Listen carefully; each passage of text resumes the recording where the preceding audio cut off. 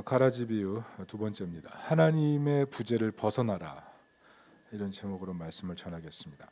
슈퍼 헤빗이라는 책이 있습니다. KT 밀크먼이라는 분이 썼는데요. 이 책의 내용은 잘못된 습관을 바꾸라는 거예요. 특별히 제가 읽은 챕터에서는 미루기의 문제를 지적했습니다. 여러분, 잘못된 거 알죠? 그런데 계속 미루면 그거 바꿀 수 있겠습니까? 미국 의사들이 고민하는 게 하나 있대요. 항생제 처방에 대한 건데 1년에 한 4,100만 건 정도를 처방을 한답니다. 약값으로만 한 10억 달러 나간대요. 그런데 항생제라는 것이 뭐 좋은 역할도 하지만 부작용도 있고요. 그리고 내성을 형성해서 의사들이 조심해서 처방해야 될 약이라는 거죠. 그런데 돈 문제 때문에 계속 미루게 된다는 것입니다. 그래서 이 미루기를 어떻게 해결할 것인가, 그런 내용이었어요. 첫 번째는 뭐 결심문 같은 걸 하나 써서 병원에 붙여라. 또 하나는 벌금 제도를 만들어라. 벌점 제도를 만들어라. 그러나 그것도 안 되면 최대한 목표를 세워서 반복해서 점검해라. 그래야 잘못된 행동을 고칠 수 있다. 이런 얘기였습니다. 여러분, 대부분의 사람들이 잘못된 것을 못 고치는 이유는 뭘까요? 이 책의 내용처럼 자꾸 미루는 겁니다. 우리가 신앙생활 하면서도 온전히 성장하지 못하는 이유는 해야 될 일들 자꾸 미루는 겁니다. 자기가 순종해야 될 영역들 알면서도 바른 믿음의 삶으로 가지 못하는 이유는 미루는 것 때문에 그렇다는 거죠. 예수님께서 오늘 비유로 말씀하시는 이유가 무엇입니까? 오늘 34절을 한번 다 같이 읽어보겠습니다. 시작. 예수께서 이 모든 것을 무리에게 비유로 말씀하시고 비유가 아니면 아무것도 말씀하지 아니하셨으니. 비유라는 것이 무엇입니까? 들으면 곧바로 이해되는 것들이 비유죠. 그래서 더 듣고 싶은 게 비유입니다. 재미있어요. 하나님 나라 비유, 또 뭐 탕자의 비유, 포도원 비유. 이 복음서를 보면 참 비유가 많은데요. 여러분, 이 비유를 보면서 느끼는 것들은요, 어렵다는 게 아닙니다. 절대로 어렵지 않습니다. 그런데 비유를 들으면 그 비유를 더 알고 싶어서 따르는 사람들이 있고, 어떤 사람들이 비유를 들으면 곧바로 그냥 떠나가는 사람들도 있다는 거죠. 왜 그럴까요? 그 마음 속에 미루는 마음이 있기 때문에 그렇습니다. 비유가 어려워서 안 따르는 것이 아니라 비유를 들어서 이해를 하지만 그 마음 속에 그 뜻을 따르기를 거부하는 미루는 마음이 있기 때문에 결국 멀어진다는 거죠. 그래서 비유가 요청하는 게 뭐냐 하면 믿음의 삶을 살도록 결단을 요청하는 내용이 바로 비유라는 것입니다. 여러분, 신앙생활 명확해야 되지 않겠습니까? 언제까지 미루시겠습니까? 여러분, 뜻이 없는 결단이 아니고 뜻 있는 결단해야 되지 않겠습니까? 누가 해서하는 결단이 아니라 하나님 말씀이 생명이라는 그 믿음을 가지고 결단이 있어야 되지 않겠습니까? 해도 되고 안 해도 되고의 문제가 아니라 우리 마음속에 두 마음을 버리는 것, 그게 하나님 원하는 게 아니겠습니까? 오늘 가라지 비유가 우리에게 의미하는 게 무엇입니까? 인자는 좋은 씨를 뿌리는 분이고 마귀는 가라지를 뿌린다고 합니다. 38절 39절을 다 같이 한번 읽어보겠습니다. 시작. 밭은 세상이요 좋은 씨는 천국의 아들들이요 가라지는 악한 자의 아들들이요. 가라지를 뿌린 원수는 마귀요 추수 때는 세상 끝이요 추수꾼은 천사들이니. 가라지 비유는 2주 전에 이미 살펴봤습니다. 왜 악이 있는가? 왜 선과 악은 같이 있는가? 이런 내용을 좀 얘기했는데요. 제가 거기서 말했던 게 알고 계신 주님께서 진정한 씨로 오셨기 때문에 우리가 변화된다, 그 얘기를 했습니다. 그런데 어떤 분들은 그렇게 생각할 수 있어요. 목사님, 가라지는 가라지 아닙니까? 알곡은 알곡 아닙니까? 목사님 말씀이 예수님 좋은 씨니까 뿌려서 구원받아야 된다는 것은 이해되지만 가라지는 가라지 아닙니까? 이렇게 마음 품은 분들 있을 겁니다. 그렇다면 제가 한번 질문해 보겠습니다. 누가 가라지입니까? 누가 알곡이죠? 여러분, 그거 아십니까? 자신이 가라지라고 생각하세요? 알곡이라고 생각하세요? 확신하세요? 여러분, 조직신학에 있어서 예정교리가 있습니다. 그 안에는 선택과 유기가 있는데요. 하나님 백성을 하나님이 선택하셔서 구원하신다는 예정교리가 기독교에 있어서 굉장히 중요한 교리입니다. 엄청난 위로가 돼요. 그렇지만 이 예정교리를 바탕으로 삼아서 자신의 구원을 확신하고 과도하게 확신하고 자신 남은 신앙생활을 대충 하려고 하는 것, 그게 옳은 걸까요? 대충 신앙생활하라고 예정교리가 주어진 건 아니지 않겠습니까? 핵심은 알곡은 알곡이기 때문에 은혜에 더 감사해서 알곡되라는 거예요. 자신의 신앙을 돌아볼 때 자기가 혹시 가라지 같이 살면 내가 가라질까 하는 그런 두려움으로 겸비하라는 얘기입니다. 그게 사실 우리의 예정교리에게 주는 큰 도전 아니겠습니까? 여러분, 교회 생활이 어려운 사람들이 누굴까요? 먼저 됐는데 나중된 사람들이에요. 교회 좀 다녀본 사람들이에요. 교회 좀 다른 사람들입니다. 옛날 기도도 좀 해봤어요. 전도도 해봤어요. 말씀 공부도 좀 해봤어요. 근데 이제 안 하는 거예요. 해봅시다. 그러면 다 귀찮아요. 이거 좀 해봅시다. 그럼 마음속에 열의가 안 생겨요. 결국 어떻게 됩니까? 본이 안 돼요. 그렇게 옛날 앞서서 일했지만 나중에는 본이 안 돼서 뒤에서 그냥 다리나 긁고 있으면 어떻게 되겠습니까? 여호수아 14장 12절에 갈렙이 이런 얘기를 합니다. 같이 한번 읽어볼게요. 시작. 그날에 여호와께서 말씀하신 이 산지를 지금 내게 주소서. 당신도 그날에 들으셨거니와 그곳에는 아낙 사람이 있고 그 성읍들은 크고 견고할지라도 여호와께서 나와 함께 하시면 내가 여호와께서 말씀하신 대로 그들을 쫓아내리이다 하니. 이 말씀이 갈렙의 몇 살 때 얘기입니까? 85세요. 이 말씀이 의미하는 바가 무엇입니까? 남아있는 모든 힘, 그것까지 하나님의 영광을 위해 사용하리라. 그 마음. 사실 성경에서는 우리에게 그 마음을 원합니다. 마음을 다해, 뜻을 다해, 정성을 다해. 내가 과거에 해봤건 아니면 어떤 실패가 있어서 더 이상 하지 못할 것 같은 두려움이 있건 상관없이 하나님을 사랑함으로 시도하고 하나님을 사랑함으로 온 마음 다해 해보라는 거죠. 그 안에 진정한 신앙의 행복이 있다는 것입니다. 우리가 사사기를 읽으면서 느끼는 잘못이 무엇입니까? 12지파가 분명히 연합해서 전쟁하거든요. 그런데 전쟁할 때 보면 사사건건 방해하는 한 지파가 있습니다. 그 지파가 누구예요? 에브라임이죠. 에브라임 지파의 수장이 누굽니까? 여호수아입니다. 여호수아가 이스라엘을 가나안 정복을 한 최고의 리더 아니에요. 그런데 그가 떠난 뒤에 에브라임 지파가 붙들고 있는 게 뭐냐면 여호수아의 후광을 붙들고 있는 거예요. 그러면서 왜 우리를 대접하지 않느냐? 우리를 더 알아줘라. 저는 사사기의 문제가 자기 소견에 옳은 대로 하는 사람들의 문제도 있지만 이렇게 에브라임 지파처럼 분열시키고 교만하고 앞서서 있어야 될 자리에 뒷방에 가서 하나님의 일들에 대해서 평가하고 판단하는 일들, 그게 정말 위험한 일이라는 것입니다. C.S. 루이스가 그런 얘기를 합니다. 교만은 지옥에 뿌리를 둔 것이다. 마귀의 속성이 교만이기 때문에 이런 얘기를 하는 거죠. 특별히 우리가 도시를 살아가면서 제가 저번에도 말씀드렸지만 도시 안에서 세속적으로 살아가는 사람들보다 교회 안의 사람이 더 거룩하다고 절대로 생각하면 안 됩니다.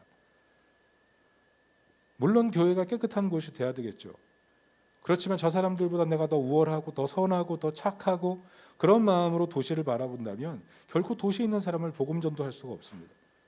예수님께서 세상에 이 땅에 내려오셔서 세리와 죄인들의 친구가 되셨던 것처럼 우리가 도시 안에서 복음으로 살아간다는 것은 정말 연약한 사람들을 돕고 세워야 되기 위해서 낮은 마음이 돼야 된다는 겁니다.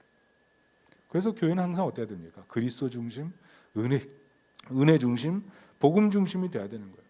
항상 교회 안에 그리스도의 마음이 살아 있어야 돼요.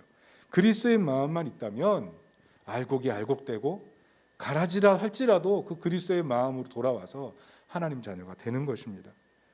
그러므로 가라지 비유에서 발견해야 될 것이 무엇입니까? 자신의 실체를 알아야 된다는 거예요. 실체. 내가 어떤 상태에 있는지를 좀 돌아봐야 된다는 겁니다. 알곡으로서 사명을 다하고 있는지 자신에게 주어진 사명을 방기한 채 대충 그냥 신앙생활하고 있는지 돌아보라는 거예요. 마태복음 13장 43절을 다 같이 한번 읽어봅니다. 시작. 그때의 의인들은 자기 아버지 나라에서 해와 같이 빛나리라. 귀 있는 자는 들으라. 여러분, 주님이 약속의 말씀입니다. 장차 심판이 있고요. 의인들은 알곡으로 열매 맺는 자들은 해와 같이 빛나게 될 것입니다. 이런 은혜가 있기를 예수님의 이름으로 축복합니다. 그렇다면 심판이 필요한 이유가 무엇입니까? 오늘 주님께서는 종말에 심판이 있을 것을 얘기하시는데 그것이 40절부터 42절입니다. 같이 한번 읽어보겠습니다. 시작. 그런즉 가라지를 거두어 불에 사르는 것 같이 세상 끝에도 그러하리라. 인자가 그 천사들을 보내리니 그들이 그 나라에서 모든 넘어지게 하는 것과 또 불법을 행하는 자들을 거두어내어 같이 읽습니다. 풀무불에 던져 넣으리니 거기서 울며 이를 갈게 되리라. 많은 지식인들이 이것 참 못 받아들입니다. 하나님 자비하신 하나님인데 어떻게 심판할 수 있느냐? 어떻게 지옥을 하나님이 만들 수 있느냐? 그런데 잘 들여다보면 이 심판과 지옥이 있기 때문에 알곡이 알곡되고 가라지가 가라지 되는 거예요. 여러분, 심판이 갖는 목적이 뭡니까? 영적인 경각심을 가지게 되죠. 더 이상 죄를 짓지 못하게 만드는 마지막 마지노선 같은 것이 우리로 하여금 심판이 있음에 대해서, 심판이 있기 때문에 우리로 하여금 그럼 경계하게 되는 것입니다. 둘째는 정의가 회복되죠. 여러분, 이 땅에서 마음껏 그냥 죄 짓고 살았는데 아무런 징계가 없다면 되겠습니까? 이 땅에서 징계가 없다면 우리라도 징계하고 싶은 그런 마음이 생기지 않겠어요?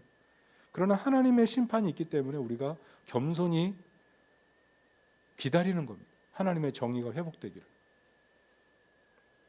세 번째는 내가 정의인 것처럼 행동하지 말아야 된다는 거죠. 하나님의 심판이 있고 하나님의 정의가 있기 때문에 내가 앞서서 자꾸 무엇인가 정의로운 것처럼 행동하다가 스스로 도리어 정의를 방해하는 사람이 되지 말라는 겁니다.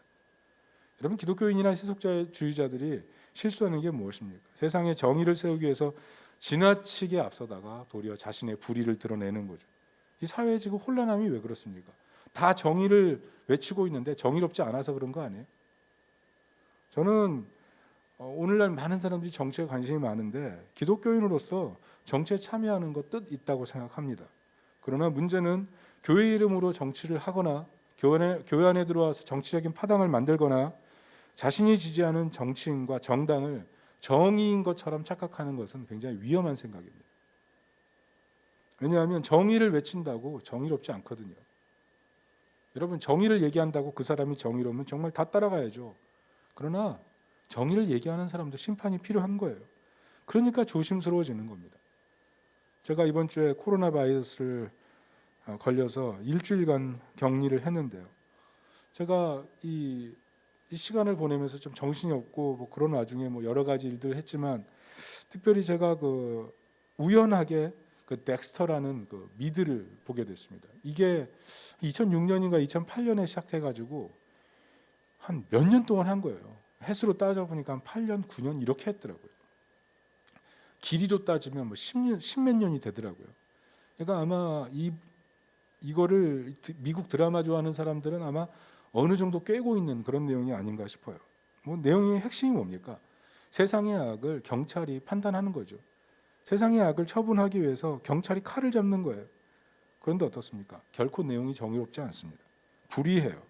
정의의 이름으로 불의를 행하고 결국 경찰 주변에 있는 모든 사람들이 불행해져 버리죠. 누구 책임이죠? 여러분, 정의를 위한 폭력은 결코 정의가 아닌 거예요. 아무리 자기가 옳은 소리를 한다고 해도 거기에 분노가 섞여 버리는 순간 그냥 아무 일도 그냥 없었던 것처럼 돼버리는 것처럼, 정의를 세운다고 하면서 폭력을 행사하는 순간에 모두 다 그냥 사라져 버리는 겁니다. 우리 사회에 참 이런 부분이 너무나 많다는 거예요. 여러분, 전쟁도 보십시오. 왜 전쟁을 일으킵니까? 정의의 이름으로 전쟁을 일으키는 거예요. 그러나 잘 들여다보면 사실은 국가를 하나님보다 더 사랑하는 거죠. 왜곡된 사랑이 있습니다. 왜곡된 사랑. 결국 정의를 이룰 수 있는 사람은 세상에 존재하지 않는 거예요. 어디 세상에 정의를 이룰 수 있는 사람이 존재하겠습니까? 그래서 하나님이 심판자라는 사실, 하나님의 심판이 있다는 사실, 지옥이 있다는 사실, 이 사실이 우리로 하여금 두렵고 떨림으로 하나님을 섬기게 만든다는 것입니다. 여러분, 흥미로운 점이 뭔지 아시죠? 가라지라고 하는 분들도요, 자신이 왜 가라지처럼 살아가는지 정당성을 갖고 있어요. 나 왜 이렇게 사는지 아세요? 그러면서 목사님 쭉 얘기할 수 있는 사람들 많아요. 교회에서도요, 뭐 예배 안 드리고 신앙생활 열심히 안 하는 사람도요, 나름대로 정당성이 있어요. 목사님, 내가 왜 이렇게 신앙생활 그냥 대충 하는지 아세요? 다 정당성이 있어요. 그런데 문제를 다 들여다보면 결국 하나님보다 더 사랑하는 것의 문제예요. 하나님의 심판대를 바라보는 것이 아니라 내가 더 사랑하는 그 무엇에 마음이 뺏겨 있기 때문에 결국 정당성까지 들먹이면서 나오게 된다는 거죠. 그게 정말 정의로울까요? 그래서 우리는 항상 하나님의 심판대를 바라볼 때 비로소 나의 실체를 바라보게 되고 겸허하게 된다는 것입니다. 세 번째는, 문제는 가라지에게는 지금도 지옥과 같다는 것입니다. 여러분, 지옥이 무엇입니까? 지옥이라는 것은요, 하나님의 부재가 지옥이에요. 여러분 성경이 왜 쓰였냐면 사람이 하나님과 교제하도록 하나님의 임재 속에 살도록 그래서 기록됐거든요.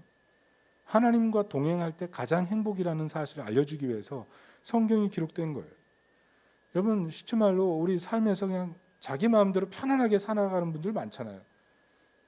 여행지 다 가보고 뭐 먹을 거 다 뭐 식도락 경험해보고 뭐 헬기 타고 제주도 날아가서 뭐 닭은바리 해 먹고 오고 원하는 뭐 영화 드라마 실컷 보고 만족합니까? 여러분 정말 그게 만족이면 계속 그렇게 살죠. 제 주변에도 그렇게 사는 분들이 있는데 진정 만족 못하던데요.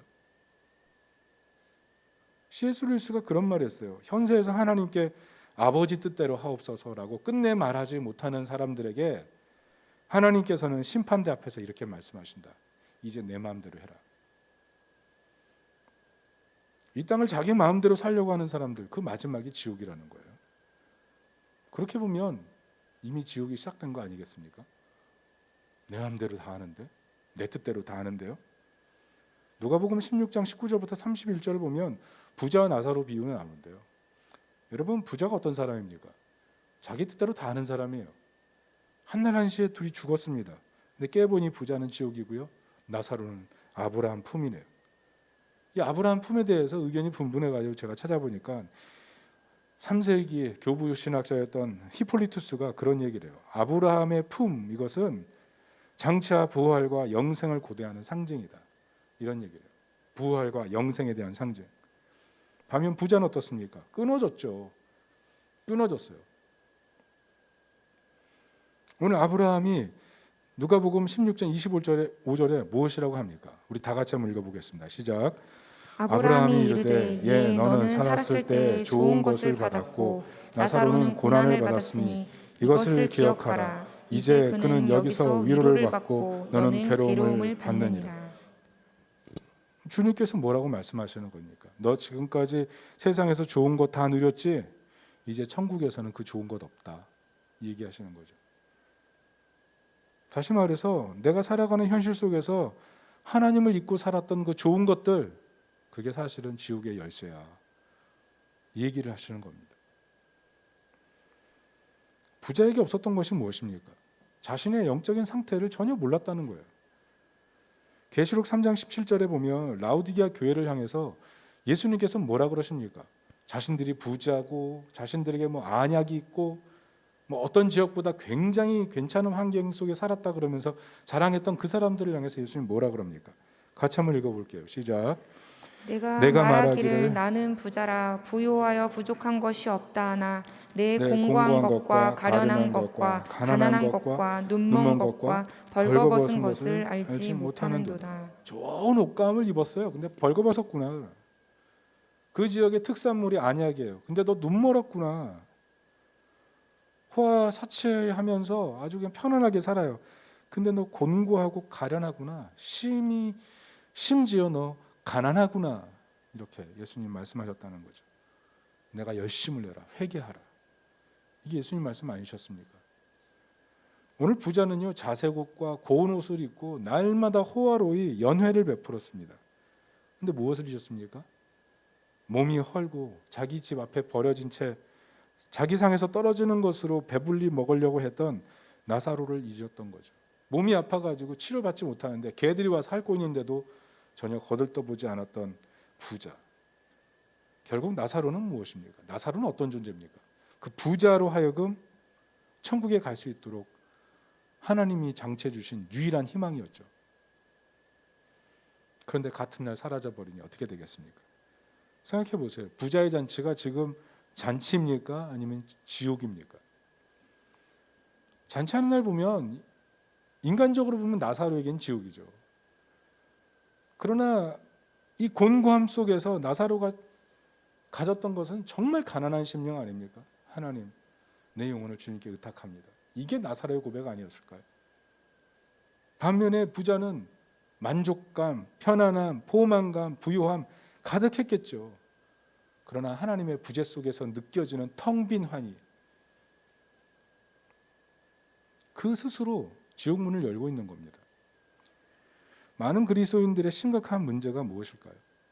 하나님 뜻대로 하옵소서. 잘 못한다는 거죠. 그러면서 항상 나는 하나님의 자녀야 이렇게 얘기를 한다는 겁니다.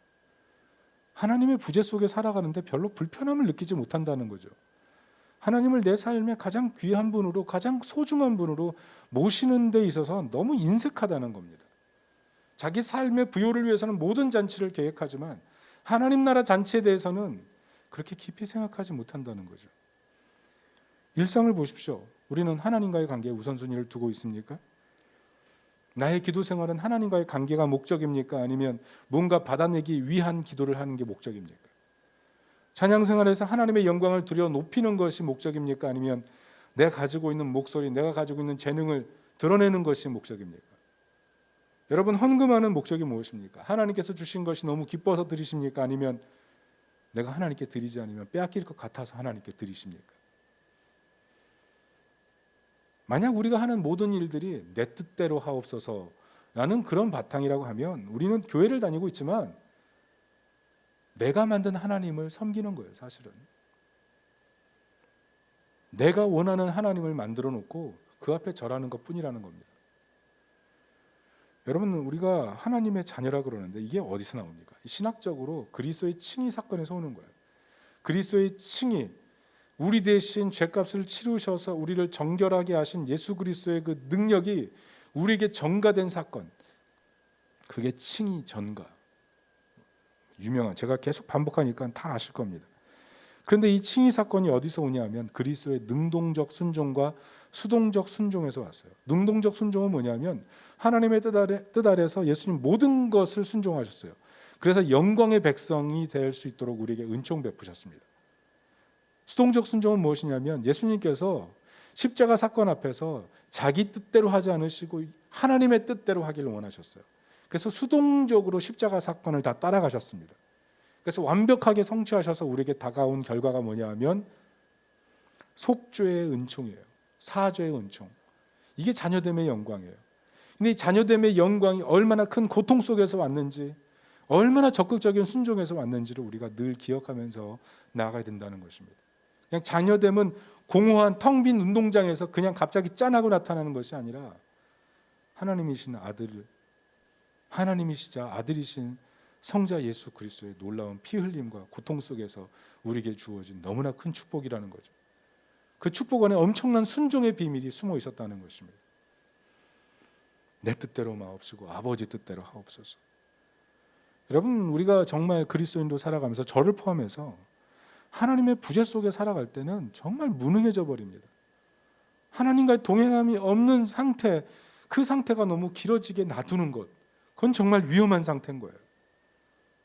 그 상태가 되면 하나님의 심판대, 장차 들어갈 천국에 대한 희망과 기대감도 너무나 마음속에서 약화될 수밖에 없는 거 아니겠습니까?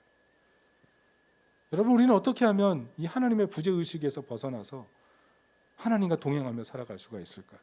우리는 어떻게 하면 내 마음속에 내 뜻대로 하려고 하는, 내가 만든 신을 섬겨서 그것으로부터 행복하려고 하는 그런 마음을 내려놓고 주님이 원하는 참 알곡이 되어서 주님 오시는 날 영광스럽게 주님을 맞이할 수 있을까요?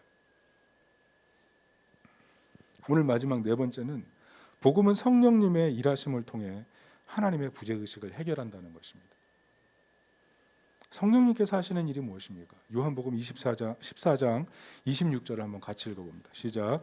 보혜사 곧 아버지께서 내 이름으로 보내실 성령, 그가 너희에게 모든 것을 가르치고 내가 너희에게 말한 모든 것을 생각나게 하리라. 성령께서 하시는 일이 무엇이냐면 생각나게 하고 가르치는 거예요. 여러분, 제자들이 얼마나 유약했습니까? 유대인은 얼마나 강팍했나요? 로마 문화는 얼마나 더티했나요? 여러분, 당시에 인권이라는 게 있었나요? 여러분, 그렇지만 성령이 역사하니까 유대인들이 변했습니다. 그 지혜롭지 못하던 제자들이 담대하게 복음을 준 것에서 많은 사람이 살아났습니다. 기적들이 일어났죠. 로마의 문화가 바뀌고요. 그 강팍하고 돌갔던 예수 그리스도를 죽였던 사람들이 내가 죄인이라고 회개하면서 예수 그리스도를 영접했습니다. 이것은 어떤 꾸며낸 얘기가 아니에요. 역사 속에 일어났던 사건이고요. 로마가 기독교로 변화됐습니다. 세계 대제국이 복음을 받아들이고 변화되는 사건이 일어났다는 거죠. 왜 이런 일이 날 수 있습니까? 어떻게? 이것은 오직 성령의 역사가 아니고선 설명할 수가 없는 겁니다. 여러분, 성령의 역사가 있을 때 인간의 본성이 바뀌는 겁니다. 미움과 살이와 분노, 폭발하는 감정들이 성령의 역사가 생기면 온유해지고 사랑하게 되고 용서하게 되고 인내하게 되고 힘들고 어려운 상황 속에서도 도리어 기쁨으로 나아갈 수 있게 만드는 능력, 그게 성령의 역사가 아니겠습니까? 결국 성령께서 역사하면 우리 옛사람이 사라지고 새 사람이 되는 거예요. 옛자가 죽고 내 안에 하나님의 뜻을 붙들고 영광스럽게 살아가는 그런 인생이 된다는 겁니다. 그래서 성령은요, 구해도 되고 안 구해도 되고가 아니에요. 그냥 성령 없이 사는 건요, 우리가 하나님 안에서 영적인 구하로 살아가는 것과 똑같은 거예요. 반드시 구해야 됩니다. 매일매일. 저도 예전에는 성령님의 은혜를 그렇게 구하는 사람이 아니었어요. 그런데 어느 순간 저를 돌아보니까 성령께서 여기까지 나를 인도하셨구나. 나의 흔들리는 마음, 나의 흔들리는 신앙, 나의 표대 없는 삶과 같은 나의 젊음의 날을 하나님 다 하시고 내 안에 성령님으로 임하셔서 내가 가지 말아야 될 것들은 멈추게 하시고 그래도 해야 될 일들을 버티게 하셨구나. 그게 내 의지와 자유로 된 것이 아니고 내 안에 성령이 계셔서 나를 붙잡고 계셨고 말할 수 없는 탄식으로 성경에 기록된 대로 나를 위해 기도하셨기 때문에 내가 이렇게 서 있구나. 그것을 깨달았어요. 성령님 정말 계시는 분이지. 마음속으로 확신하고 그분의 존재를 인정해드리고 그분의 은혜를 구하며 그분과 호흡하고 그분에게 은혜를 구할 때 정말 제 삶에 조금씩 변화가 생기고 은혜 속에 더 깊이 나아가는 것들을 느끼게 된다는 거죠. 여러분, 성령은 그냥 안개의 존재가 아니에요.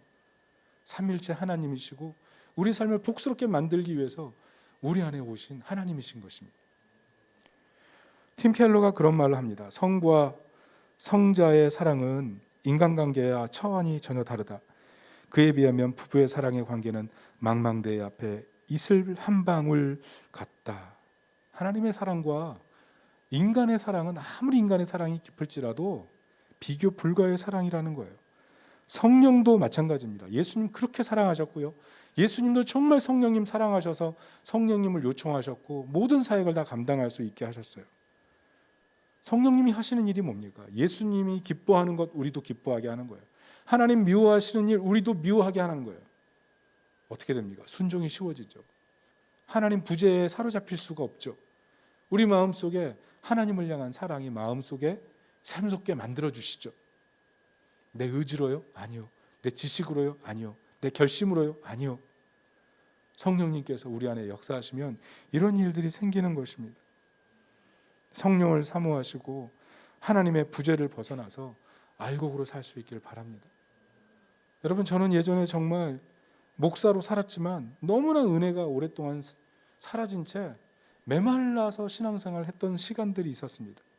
억지로 순종하고 억지로 회개하고 하나님 말씀 억지로 듣고 돌아보면 알곡처럼 보인 거지 사실은 내 삶이 가라지였어요. 내가 가라지가 되기 싫어가지고 알곡되기 위해서 목사로 헌신하고 하나님 앞에 드렸지만 성령의 역사 없이 의지로 신앙생활을 하니까 그렇게 신앙생활이 어렵더라고요. 그런데 성령의 역사가 있으니까 내 안에 하나님 부재하는 걸 견딜 수가 없어요. 내 안에 그리스도의 사랑이 없는 것을 견딜 수 없어져요. 성령의 역사가 생기니까 그리스도의 사랑을 알고 싶어서 성경을 읽게 되고 기도하게 되고 은혜를 구하게 되더라고요. 조나단 에드워즈가 겟세마네에서 기도하셨던 예수님의 기도를 이렇게 표현했습니다. 그분은 슬픔이 넘쳤으나 사랑이 훨씬 더 넘쳤다. 그리스도의 영혼은 비탄의 홍수에 잠겼으나 이 비탄은 죄인을 향한 사랑의 홍수에서 비롯되었다. 그 사랑이 그분의 마음에서 세상으로 흘러넘쳐 죄의 산꼭대기까지 뒤덮기에 충분했다. 땅에 떨어진 굵은 핏방울은 그리스도의 마음에 바다처럼 넘치는 사랑의 표출이었다. 성령의 역사가 어떻게 돼요? 성령의 역사가 있으면 우리 안에 홍수처럼 사랑이 쏟아져 들어온다는 거죠. 내 안에 산꼭대기 같은 죄가 있어요. 이 죄 때문에 하나님 앞에 나가지 못하네요. 그런데 그리스도의 사랑이 성령을 통하여 우리 안에 임하면 산꼭대기 같은 그 죄가 그리스도의 사랑으로 덮어져 버리네요. 옛날엔 메마른 땅 같고 가시덤불 같던 내 마음인데 그리스도의 사랑이 밀려드니까 바다와 같은 사랑이 넘실대네요. 그게 성령의 역사라는 거죠. 성령께서는 예수님의 사랑이 얼마나 놀라운 것인지를 깨닫게 하신다는 겁니다. 여러분, 복음이 무엇입니까? 복음이 무엇이냐면 예수님께서 아무도 귀히 여기지 않았던 분으로 우리에게 다가오셨다는 거예요. 아무도 귀히 여기지 않아서 무시하고 소외시켰는데 사실은 그분이 구원자였다라는 사실, 그게 복음 아닙니까? 생각해 보십시오. 내가 사랑하는 연인이 있어요. 그런데 그 사람이 나를 선택하지 않았습니다. 다른 남자를 선택했습니다. 결혼했어요. 떠났어요.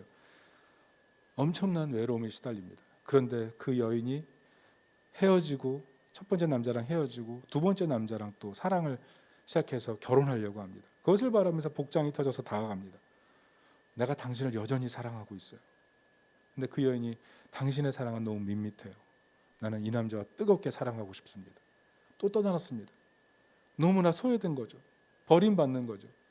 그런데 그럼에도 불구하고 사랑하는 거죠. 그런데 어떻게 돼요? 또 헤어졌어요. 그래서 이젠 기다리는 거죠. 이제는 나에게 돌아오겠지. 여러분, 과연 그렇게 반복적으로 자기를 떠난 어떤 사람을 기다리면서 계속 사랑을 유지할 수 있는 사람이 있을까요? 여러분, 모두가 한 사람을 소외시키고 모든 사람들이 서로 친하다면 그 한 사람이 느끼는 소외감은 얼마나 클까요? 아마 뒤에서 이를 바득바득 깔지 않겠습니까? 그런데 아무도 귀히 여겨지지 않았던 그분이 사실은 예수 그리스도라는 거예요.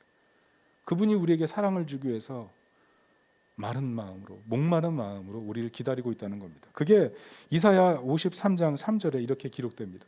같이 읽습니다. 시작. 그는 멸시를 받아 사람들에게 버림받았으며 강고를 많이 겪었으며 질고를 아는 자라.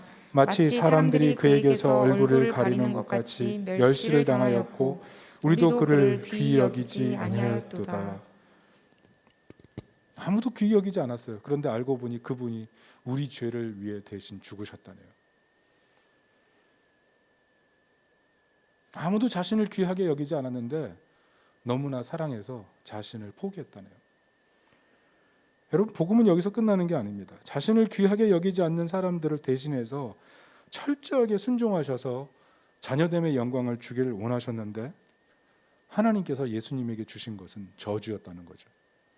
여러분, 가정에 들어가서 열심히 착하게 부모님의 말을 잘 들으면 부모님이 맛있는 거 사줍니다. 핸드폰도 업그레이드 해주고요. 그리고 여행지도 데려가면서 아주 너 요즘 잘하고 있다 격려해 줍니다. 그게 부모의 마음이죠. 그런데 예수님께서 우리 모두를 구원하기 위해서 하셨던 일들이 순종이지만 하나님께서 예수님에게 허락하신 것은 십자가였다는 거죠. 그리스도의 사랑이 놀라운 이유는 예수님께서 이 십자가를 처음부터 알고 이 땅에 인간으로 내려오셨다는 겁니다.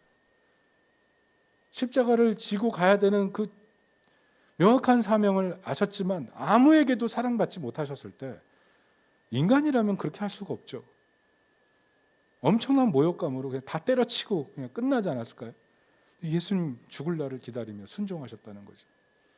이것이 예수님의 사랑이에요. 우리는 사랑받지 못하면 견딜 수 없어 합니다. 그런데 예수님께서 그것을 다 겪어내셨어요. 왜냐하면 하나님의 부재로 살아가는 인간들이 겪는 고통을 예수님 대신 겪으셔야 했기 때문에 그렇습니다. 하나님의 부재. 그것이 하나님에게는 너무나 큰 고통이셨고 예수님에게 너무나 큰 고통이셨기 때문에 하나님의 부재로 살아가는 사람들, 하나님의 사랑을 잊어버리고 사는 사람들을 위해 예수님께서 십자가를 지셔야 했던 것입니다.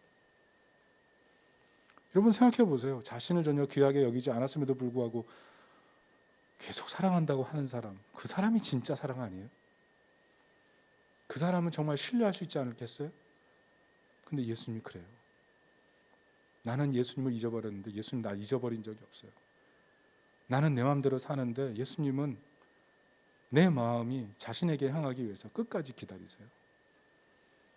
나는 세상 속에서 방황하는데 나의 방황을 그치기 위해서 예수님 말없이 눈물로 계속 기도하고 계세요.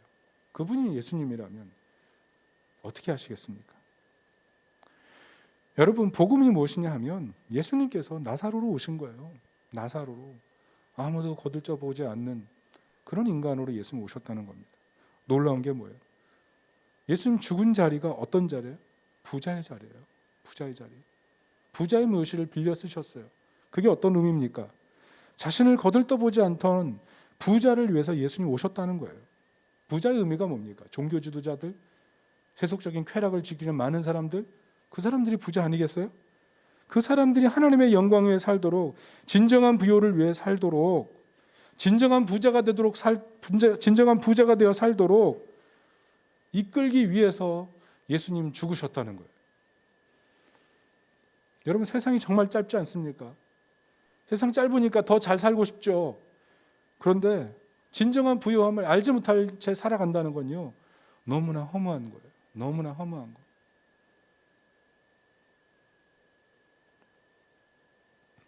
우리는 세상에 살면서 남들보다 가지지 못했다는 것 때문에 너무 부자의 삶을 동경합니다. 그래서 하나님 사랑하는 것을 잊어버려요. 부자가 되고 싶어서 하나님을 잊어버리는 경우들이 너무나 많아요. 예수님께서 오신 이유는 부자인 사람들과 부자 아닌 사람들 동시에 위해 죽으신 거예요. 진정한 부요가 무엇인지 알리기 위해서 예수님 죽으셨다는 겁니다. 여러분, 나사로가 살아있는 동안 부자는 심판을 준비해야 했어요. 그런 것처럼 우리도 내 안에 이 그리스도의 은혜, 나를 위해 죽으신, 아무도 귀하게 여겨주지 않은 그 자리로 오셨던 그 예수님의 은혜가 내 안에 살아있을 때 주님 오실 날을 준비하게 되는 줄로 믿습니다. 근데 이건 내가 결심해서 되는 게 아니에요. 내 안에 성령께 은혜를 구하고 성령의 은혜가 내 안에 계속 밀려 들어올 때만 내 안에 정말 꿈틀대는 은혜인 줄 믿으시기 바랍니다. 여러분, 복음의 은혜를 그래서 지켜야 돼요.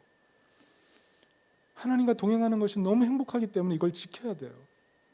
나를 너무 사랑하시기 때문에 이 사랑을 지키기 위해서 성령의 은혜를 구해야 돼요. 여러분, 문을 열고 집에 들어갑니다. 아빠 하고 아이들이 뛰어오죠. 그 가족을 지키기 위해서 모든 것을 하고 싶은 게 아빠 엄마의 마음 아니에요? 하나님께서 하나님의 백성들을 지키기 위해서 모든 것을 희생하셨다면 그 자녀들이 자신의 아빠를 지키고 자신의 엄마를 지키기 위해서 모든 것을 희생하고 감당하는 게 진정한 사랑 아니겠습니까? 성령께서는요, 아무도 주목하지 않던 분으로 와서 모든 사랑을 주신 그분을 사랑하게 하십니다. 그 사랑을 우리에게 주시는데 우리가 어떻게 가라지로 살아갈 수가 있습니까? 우리가 알곡으로 부름받았는데 알곡으로 살아가지 않는다면 우리가 그리스도의 죽음 앞에 어떻게 서 있겠습니까? 우리가 예수님 오셨을 때 아무도 주목해서 사랑하지 않았는데 예수님 십자가에서 부활하고 승천하고 나서 여전히 우리를 위해 사랑하시고 찾아오시는데 우리는 여전히 가라지로 살아가고 여전히 알곡의 사명으로 살아가지 못한다면 그게 어떻게 진정한 믿음이겠습니까? 여러분, 이 가라지와 이 알곡의 비유는 그냥 넘어갈 일이 아닙니다. 우리 인생의 최종의 문제예요. 최종의 문제. 그때는 돌이킬 수가 없는 거예요. 돌이킬 수가 없어요.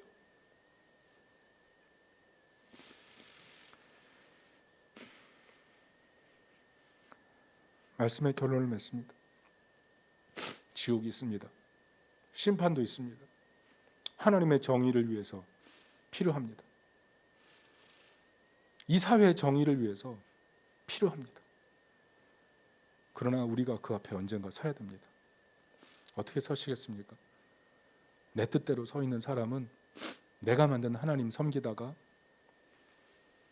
하나님 앞에 내 뜻대로 살았으니 이제는 네 뜻대로 살아라. 그렇게 말씀을 들을지 모르겠습니다. 그러나 알곡으로 살았다면 하나님 나라에서 해와 같이 비출 것입니다. 여러분, 진정한 부자로 살도록 예수님 죽으셨어요. 이 세상에 우리가 정말 자꾸 세상 거에 너무 연연하다 보니까 진정한 부자로 살기 위해서 너무 마음이 흔들리니까 예수님 사랑하는 마음 다 잃어버리는 것 같아요.